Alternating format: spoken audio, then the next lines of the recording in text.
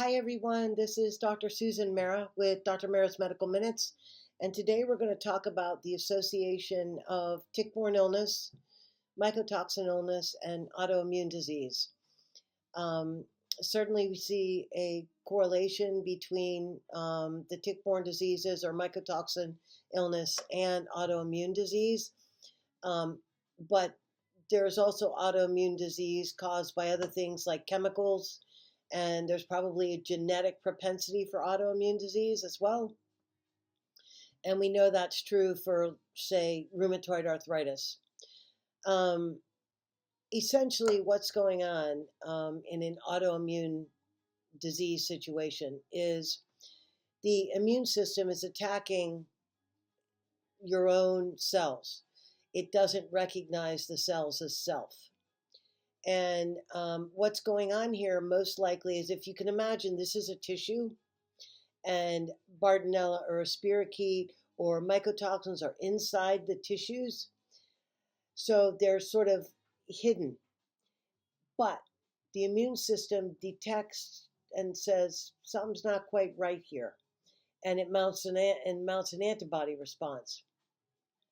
And those antibodies then try and bind to the antigen, which is the bacteria or the mycotoxin, to neutralize it. And this is the body's way of neutralizing things like bacteria and mycotoxins. So autoimmune is very interesting in tick-borne illness because, as some of you know, it can fluctuate.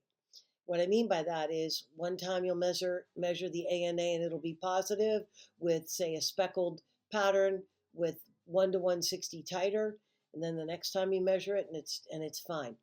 So it waxes and wanes.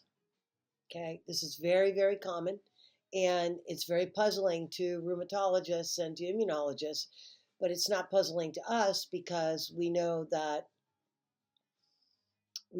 for example, spirochetes can alter their outer surface proteins, okay?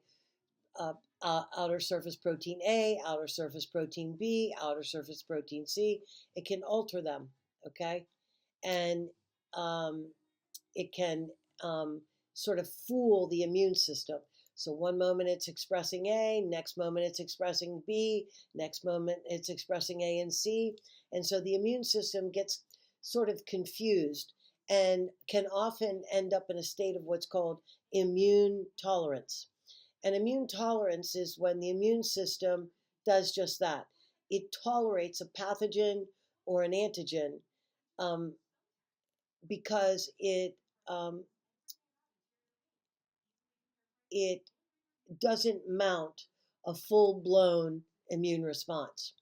And that's largely because the antigens or the pathogens are, I believe, hidden deep within the tissues. And so the immune system can't get a good read. It knows something isn't quite right, but it can't get a good read. So autoimmune is very common in tick-borne illness. And you can see it in Hashimoto's thyroiditis. You can see it in lupus. You can see it in rheumatoid arthritis. You can see it in MS. You can see it in bacterial encephalopathy. Autoimmune disease is rampant in tick-borne illness.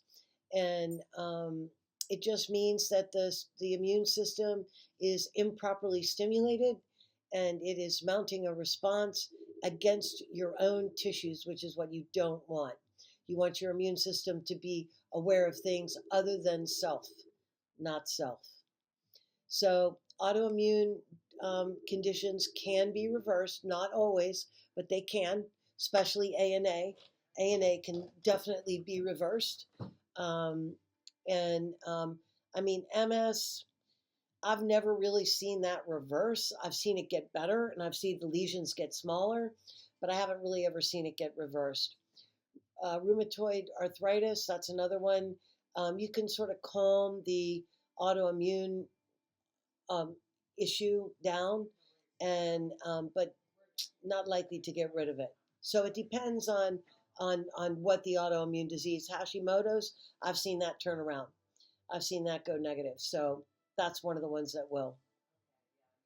So, anyways, I wanted you guys to have a better understanding of what autoimmune disease is and how it gets triggered by mycotoxin illness or by tick-borne illness, and